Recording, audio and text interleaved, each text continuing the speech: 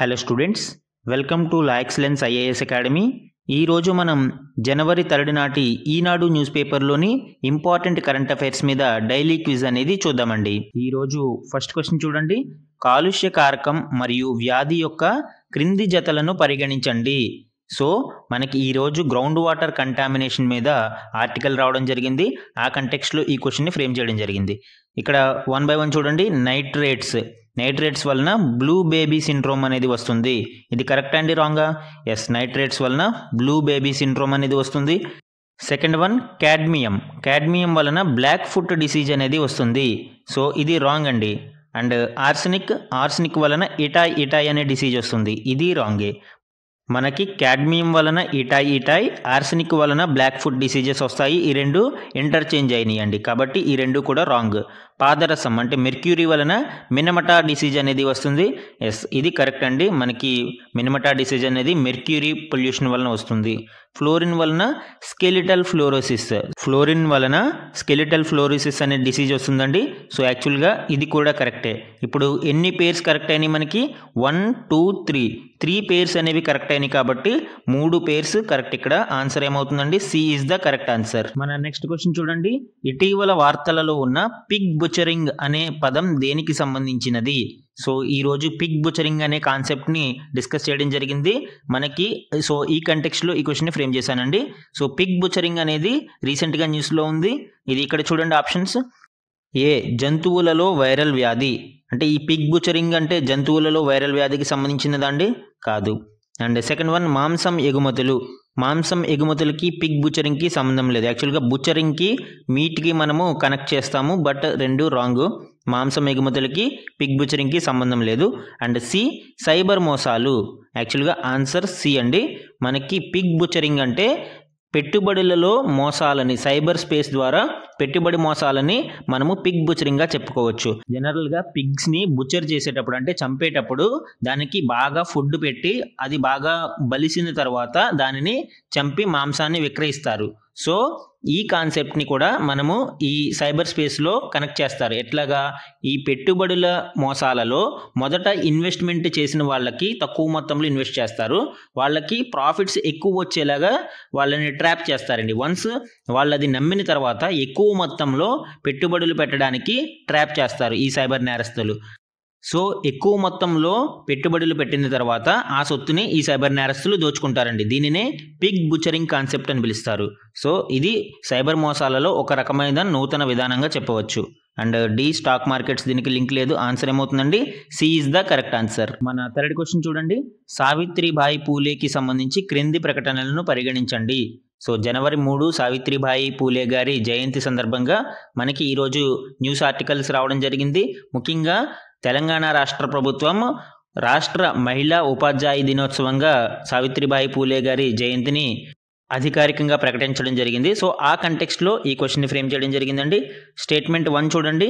సావిత్రిబాయి తన భర్త జ్యోతిరావు పూలేతో కలిసి భారతదేశంలోని మొదటి బాలికల పాఠశాలను ప్రారంభించారు. ఎస్, ఈవిడ భారతదేశంలో మొదటి మహిళా ఉపాధ్యాయురాలుగా చెప్పవచ్చు.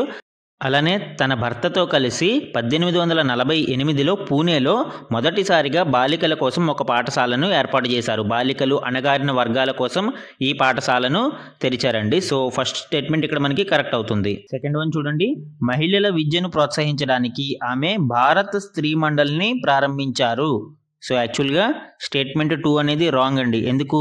ఆమె మహిళా సేవా మండలిని స్థాపించడం జరిగింది. దీనిని భారత స్త్రీ మండలిని మాత్రం సరళాదేవి చౌదరాణి అనే ఆవిడ 1910లో స్థాపించారు. కాబట్టి ఇక్కడ సెకండ్ స్టేట్మెంట్ రాంగ్ అయితే మనకి obviously we can eliminate 3 options. B అనేది కరెక్ట్ ఆన్సర్ అవుతుంది మనకి. ఎనీహౌ థర్డ్ స్టేట్మెంట్ కూడా చూద్దాము. భారతదేశంలో మొట్టమొదటి శిశు హత్య నిషేధ కేంద్రాన్ని ఆమె స్థాపించారు. సో ఇన్ఫాంటిసైడ్స్ని తగ్గించడం కోసం, వాటిని నిరోధించడం కోసం సావిత్రిబాయి పూలే గారు 1853లో బాల హత్య ప్రతిబంధక్ గృహ అనే సేవా సంస్థల్ని గృహాలని స్థాపించడం జరిగింది. కాబట్టి థర్డ్ స్టేట్మెంట్ కరెక్ట్ అవుతుంది. ఆన్సర్ ఏమవుతుందండి? 1 and 3 ఆర్ కరెక్ట్. సో యాక్చువల్గా C is the correct answer. ఇక్కడ ఎలిమినేషన్లో A, B and D eliminate అవుతాయి. సి అనేది కరెక్ట్ అవుతుంది. C is the correct answer అండి. ఈరోజు మన 4th క్వశ్చన్ చూడండి. ఐఎన్ఎస్ వాగ్షీర్కి సంబంధించి క్రింది స్టేట్మెంట్లలో ఏది సరైనది? సో ఈరోజు ఐఎన్ఎస్ వాగ్షీర్, ఐఎన్ఎస్ నీలగిరి అనేవి న్యూస్లో ఉన్నాయి. సో ఆ కంటెక్స్ట్లో ఈ క్వశ్చన్ని ఫ్రేమ్ చేశానండి. ఫస్ట్ స్టేట్మెంట్ చూడండి. ఇది శత్రు జలాంతర్గాములతో యుద్ధం ఎదుర్కొనేందుకు ప్రాజెక్ట్ 17A కింద నిర్మించబడింది. యాక్చువల్గా ఇది శత్రు జలాంతర్గాములతో యుద్ధం ఎదుర్కొనేందుకు తయారు చేయబడుతుంది. యాంటీ సబ్మెరైన్ మరియు యాంటీ సర్ఫేస్ వార్ఫేర్ షిప్ ఇది. కాకపోతే దీనిని ప్రాజెక్ట్ 75 కింద తయారు చేస్తున్నారు. ప్రాజెక్ట్ 17A కింద తయారు చేసేది స్టెల్త్ ఫ్రిగేట్స్ని తయారు చేస్తారు. ఐఎన్ఎస్ నీలగిరి క్లాస్ అవి. ఐఎన్ఎస్ వాగ్షీర్ అనేది కల్వరీ క్లాస్కి చెందిన స్కార్పిన్ గ్రేడ్ సబ్మెరైన్స్ అండి.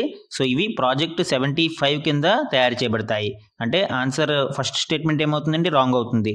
సెకండ్ వన్, ఇది Kalvari class diesel electric attack సబ్మెరైన్లో భాగం. కల్వరీ క్లాస్ సబ్మెరైన్స్ మొత్తం 6ని తయారు చేయడానికి ప్రభుత్వం ఒప్పందం కుదుర్చుకోవడం జరిగింది. ఇందులో కల్వరీ, కందేరి, వాఘిర్, వాగ్షీర్ ఇట్లాగా 6 రకాల డీజిల్ ఎలక్ట్రిక్ సబ్మెరైన్స్ని తయారు చేయడం జరిగిందండి. సో ఇది మనకి సెకండ్ స్టేట్మెంట్ కరెక్ట్ అవుతుంది. ఆన్సర్ ఏమవుతుందండి? B is the correct answer ఇక్కడ. ఈరోజు మన లాస్ట్ క్వశ్చన్ చూడండి. క్రీడా అవార్డులకు సంబంధించి క్రింది జతలను పరిగణించండి. సో యాక్చువల్గా ఈరోజు ఖేల్ రత్న మరియు అర్జున అవార్డులను ప్రభుత్వం ప్రకటించడం జరిగింది. ఆ కంటెక్స్ట్లో ఈ క్వశ్చన్ని ఫ్రేమ్ చేశామండి. యాక్చువల్గా ఇది పిక్ చేసుకోవడం జరిగింది. యూపీఎస్సీ 2023 క్వశ్చన్ ఇది. 2023 ప్రీవియస్ ఇయర్ క్వశ్చన్ ఇది. స్టేట్మెంట్ 1 చూడండి. Major Dhyan Chand Khel Ratna award. So major Dhyan Chand Khel Ratna award ఎవరికి ఇస్తారు అనేది ఇక్కడ పేరు ఇవ్వడం జరిగింది.